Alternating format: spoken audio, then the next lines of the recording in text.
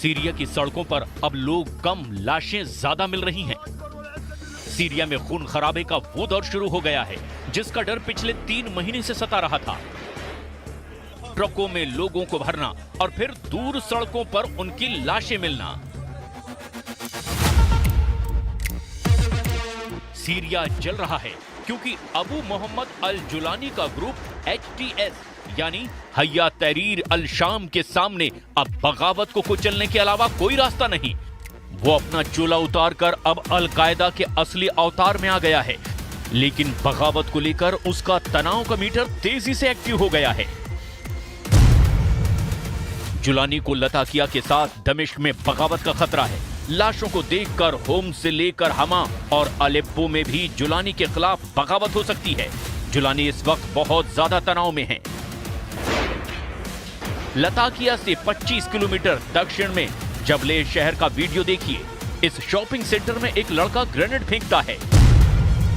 यही हाल अब बाकी सीरिया में होने का खतरा मंडराने लगा है। बगावत को रोकने के लिए जुलानी ने बड़ा ऑर्डर जारी कर दिया है। सीरिया में नरसंहार शुरू हो चुका है। जितना जुलानी हंस रहा है, सीरिया में उतनी लाशें गिर रही है। 24 घंटे के अंदर सीरिया में 1000 से ज्यादा लोगों को मौत के घाट उतार दिया गया है।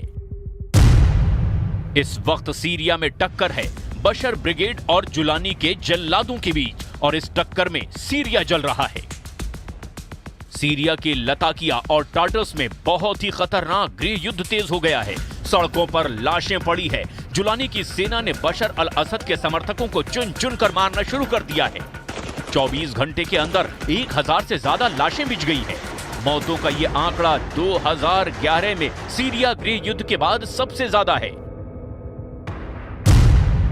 8 दिसंबर 2024 को बशर अल असद के तख्ता पलट के ठीक 3 महीने बाद सीरिया में 24 घंटे के अंदर ही 1000 लोगों को जान से मार डाला गया है। यानी 8 दिसंबर को तख्ता पलट और 8 मार्च को नरसंहार। मारे गए 1000 लोगों में 750 से ज्यादा अलावी समुदाय के हैं, जिससे सीरिया के पूर्व राष्ट्रपति बशर अल असद भी आते हैं। इसके अलावा ईसाई समुदाय के लोगों की हत्याएं हुई है और बाकी मिलिशिया से भी बदला लिया गया है।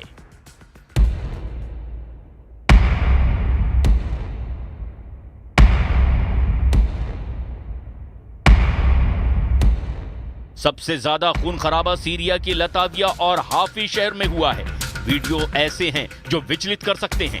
जुलानी की सेना का भी दावा है कि बशर अल असद के समर्थकों ने उनके 200 लड़ाकों को मार गिराया है और उसी के बाद ये खून खराबा शुरू हुआ। अब जुलानी का ऑर्डर है कि वो बशर अल असद के हर उस समर्थक को खत्म कर दें जो उससे टक्कर लेना चाहता है। इन्नकुम बिफ़िअलिकुम अश-शनीअ बिक़त्ल मन यहमी सूरिया व यसहरु लिख़िदमतिहा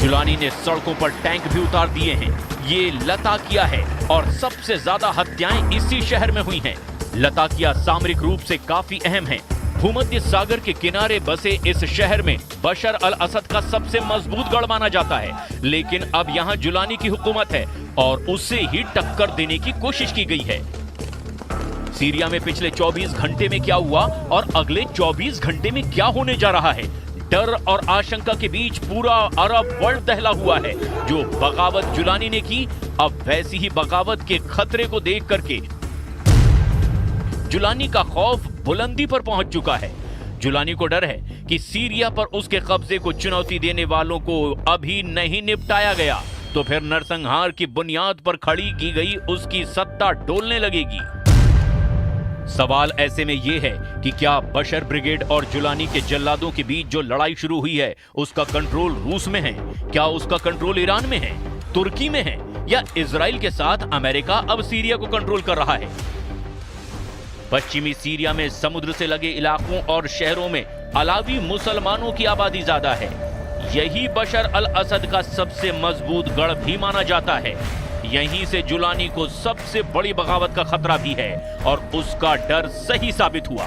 सीरिया में इस वक्त जुलानी का कंट्रोल है और वो बड़ा बदला लेना चाहता है। 24 घंटे में 1000 लोगों को मौत के घाट उतार दिया गया है, जिसे 2025 का सबसे बड़ा नरसंहार कहा जा रहा है।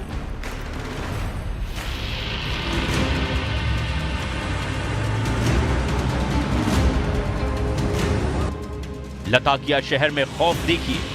लताकिया इंटरनेशनल एयरपोर्ट के बाहर हजारों लोग इकट्ठे हो गए हैं।